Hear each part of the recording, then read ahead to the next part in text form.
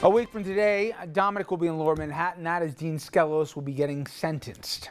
The former Senate Majority Leader convicted, as you know, of corruption last November. That coming right on the heels of Shelley Silver getting that 12-year sentence that we reported this week. Then, of course, there's Preet Bharara's newest case. His office investigating the so-called Buffalo Billion. And he's got his sights set on Governor Cuomo's office, among others. And also, more specifically, one of Cuomo's former aides.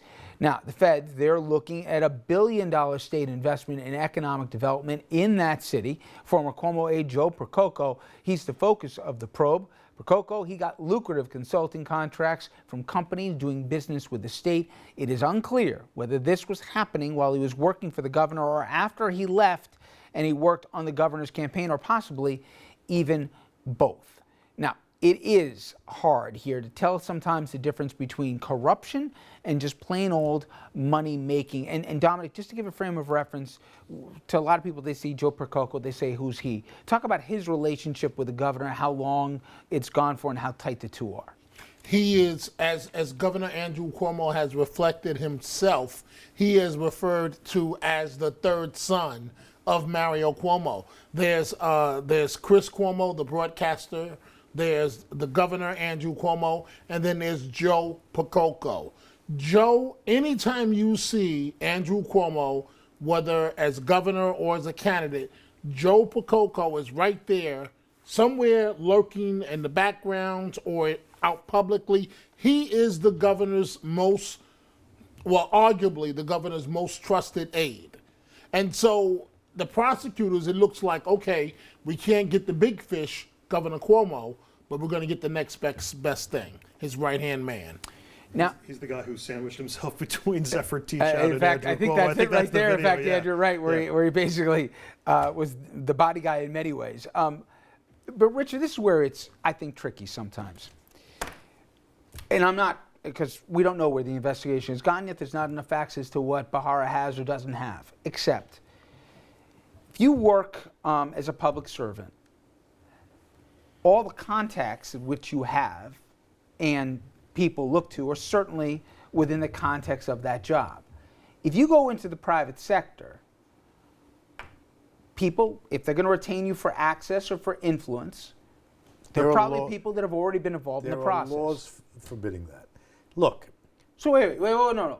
If you believe it's crystal clear what you can and can't do, then are you saying it's crystal clear what he did, and let's be specific for our audience, that he made over 2 different contracts. He had 2 different arrangements where he got in total $125,000 from 2 clients. Hold on a second.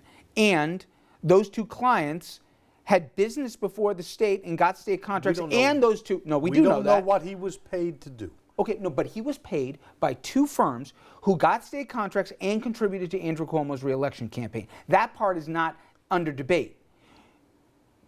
Should he have received a check, regardless of his function, for people who have business before the state? That's a direct question. Here's the problem with all this, that the data you just quoted comes from his disclosure form.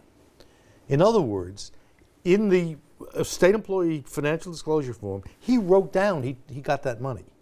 Now, that does not argue someone who's hiding a corrupt deal. And until you really know what happened, it's very hard to say yes or no to the kind of questions you just asked. I said this about the Shelley Silver case.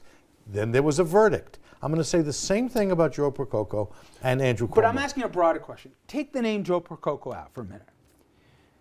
If you are working for the governor in a capacity, whether as on his campaign or whether as a direct aide, forgetting the politics of the person, should you be able to receive outside funding for someone that has business, whether or not you're involved in it, that has business before your employer? If that company wanted to hire him as a chiropractor, and he's broken some bones. Well, we know he's as a consultant. Okay. That much we know by definition. As a consultant chiropractor, I don't think it's a problem. If they hired him to lobby state agencies, it's a problem.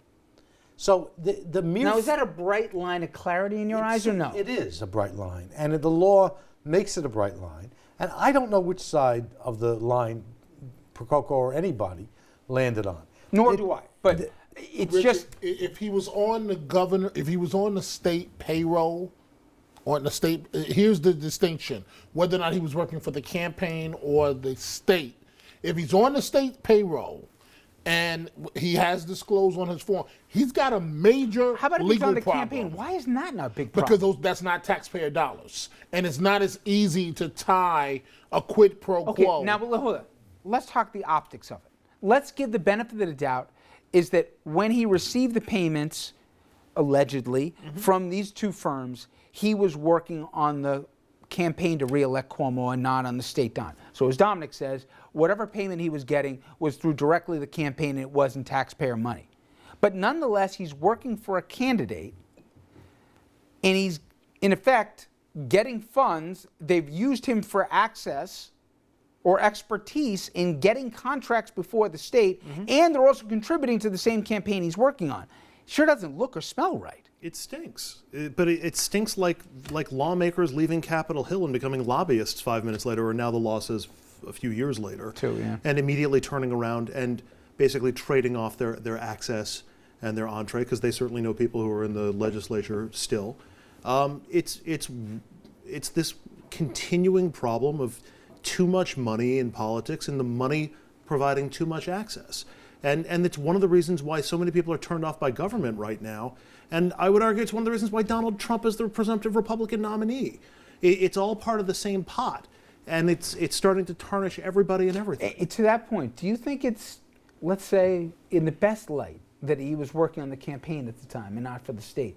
Do you still think it's nuanced, or do you think, like he says, it just stinks? I thought Shelley Silver was too smart to skate that close to the edge.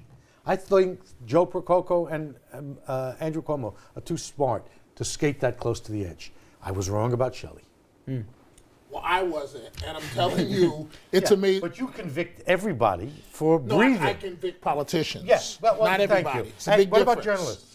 We're not talking about journalists. Journalists are not elected by the people. Journalists are not paid by taxpayer dollars. Richard, I know you got to move on. Yeah. This situation, he's got a problem because what's going to PERCOCCO? What's going to come out next? It was just revealed he got a mortgage at almost 100% of the mortgage amount. What else is going to come out now? He's got major problems. These are not the state, and these are the feds. And probably the best argument for that, Dominic, is Preet Bharara is directly involved.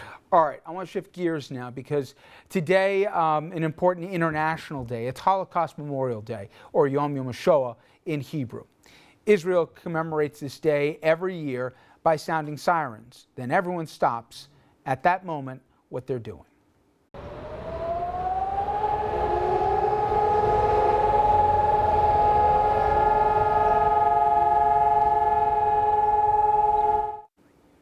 And this year notable, not because it's any particular anniversary, but because of the number of survivors that are dwindling. It's hard to estimate. The Holocaust Memorial Museum in Washington believes only about 150,000 are still alive, and every year that number dissipates.